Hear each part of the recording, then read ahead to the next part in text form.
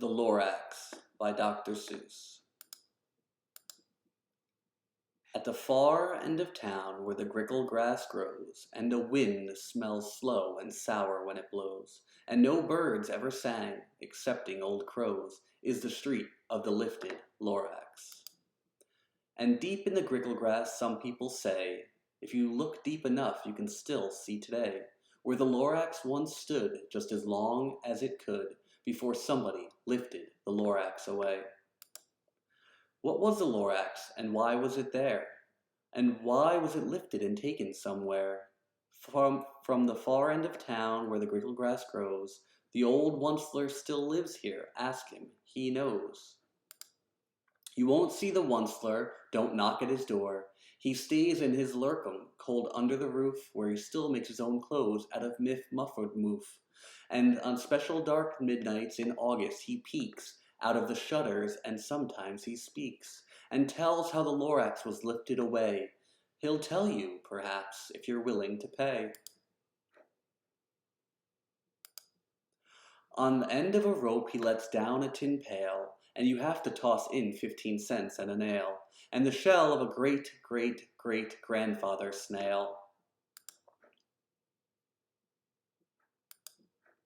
Then he pulls up the pail, makes a most careful count to see if you've paid him the proper amount. Then he hides what you've paid him away in his snove, a secret strange hole in his grovulous glove. Then he grunts, I will call you by whisper-ma-phone, for the secrets I tell are for your ears alone. Down sloops the whisper-ma-phone to your ear, and the old Onceler's whispers are not very clear, since they have to come down through a snurgly hose, and he sounds as if he had small bees up his nose.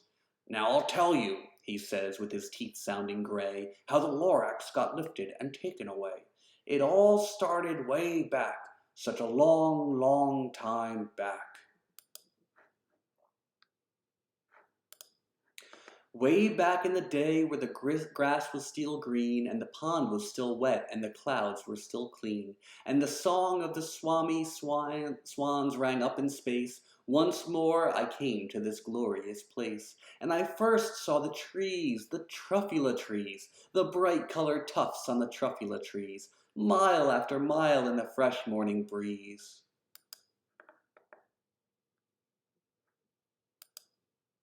And under the trees I saw brown barbaloots, frisking about in their barbaloot suits, as they played in the shade and ate truffula fruits. From the ripeless pond came comfortable sound of the humming fish humming while splashing around. But those trees, those truffula trees, all my life I'd been searching for trees such as these. The touch of their tufts was much softer than silk, and they had a sweet smell of fresh buttery milk. I felt great leaping of joy in my heart. I knew just what to do, so I unloaded my cart. In no time at all, I had built a small shop. Then I chopped down a truffula tree with one chop, and with great skillful skill and with great speedy speed, I took the soft tuft and I knitted a thneed. The instant I finished, I heard a gazump. I looked, and I saw something pop out of a stump. Of the tree I chopped down, it was sort of a man. Describe him. That's hard. I don't know if I can. He was shortish and oldish and brownish and mossy, and he spoke with a voice that was sharpish and bossy.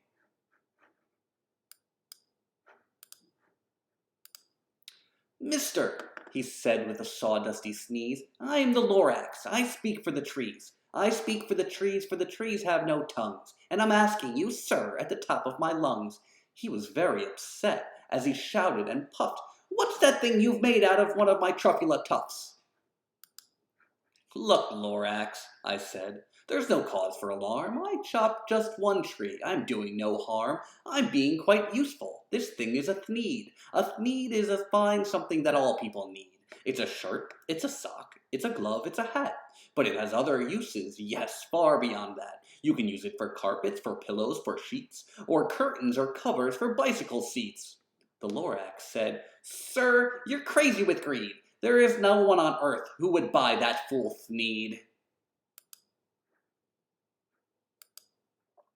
But the very next minute I proved he was wrong, for just at that minute a chap came along, and he thought that Thneed I had knitted was great. He happily bought it for $3.98. I laughed at the Lorax.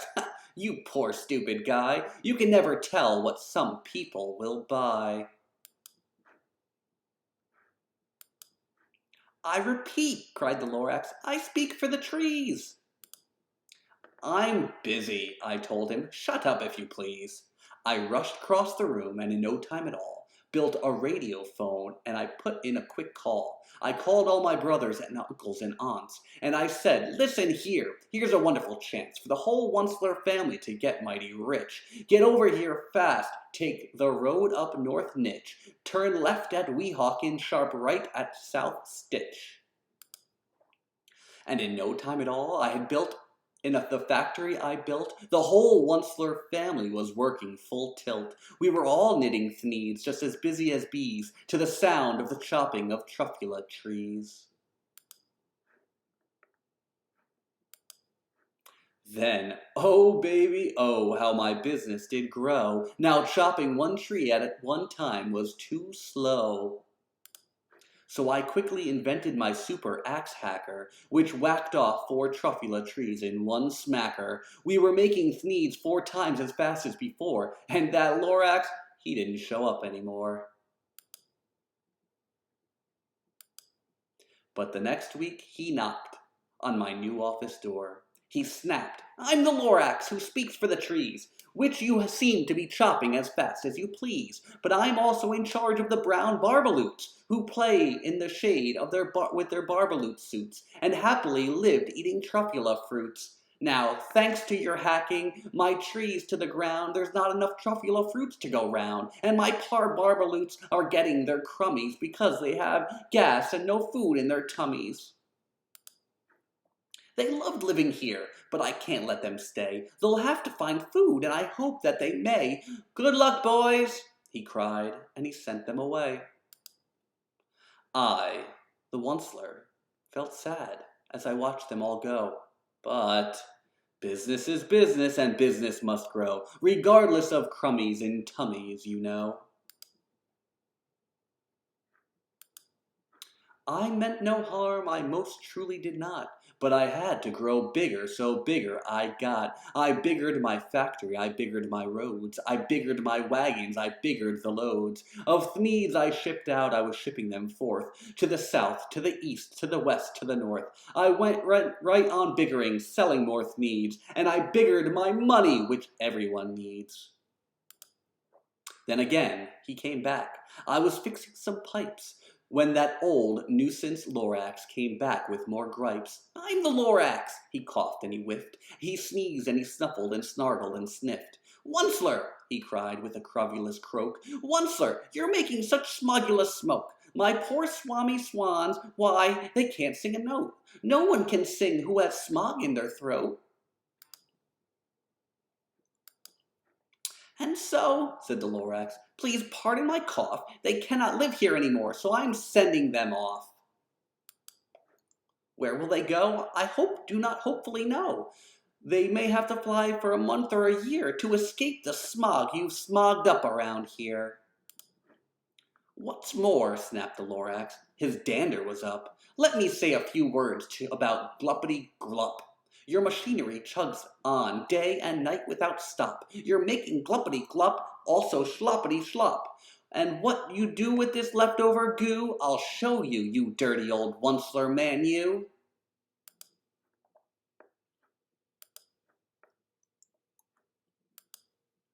"You're glupping the pond where the humming fish hummed. No more can they hum, for their gills are all gummed. So I'm sending them off, and their future is deary. They'll walk on their fins and get woefully weary, in search of some water that isn't so smeary."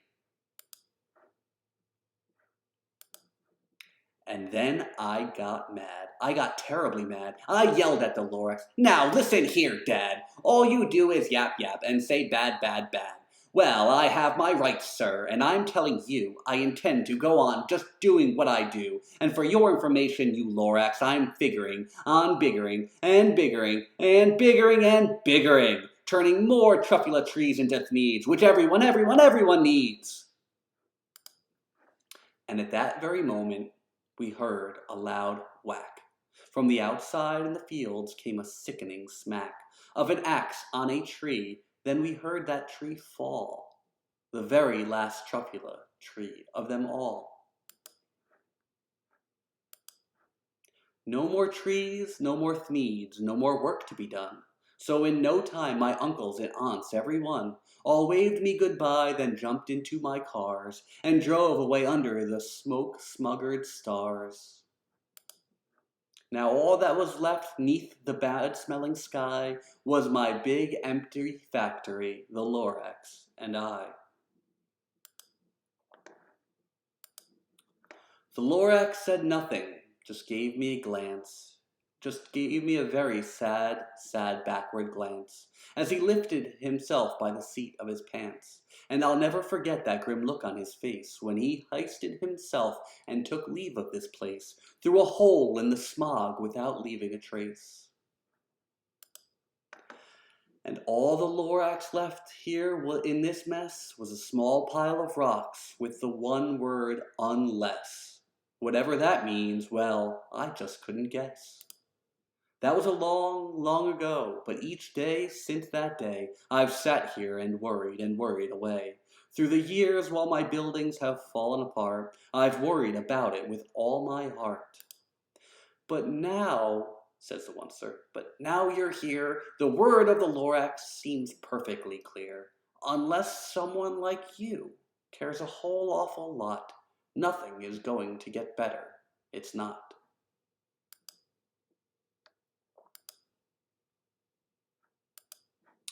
So, catch it, calls the onceler, and he lets something fall. It's a truffula seed. It's the last one of all. You're in charge of the last truffula seeds. And truffula trees are what everyone needs. Plant a new truffula, treat it with care, give it clean water and feed it fresh air.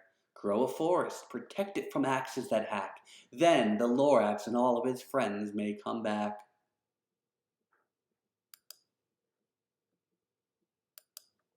And that is the end.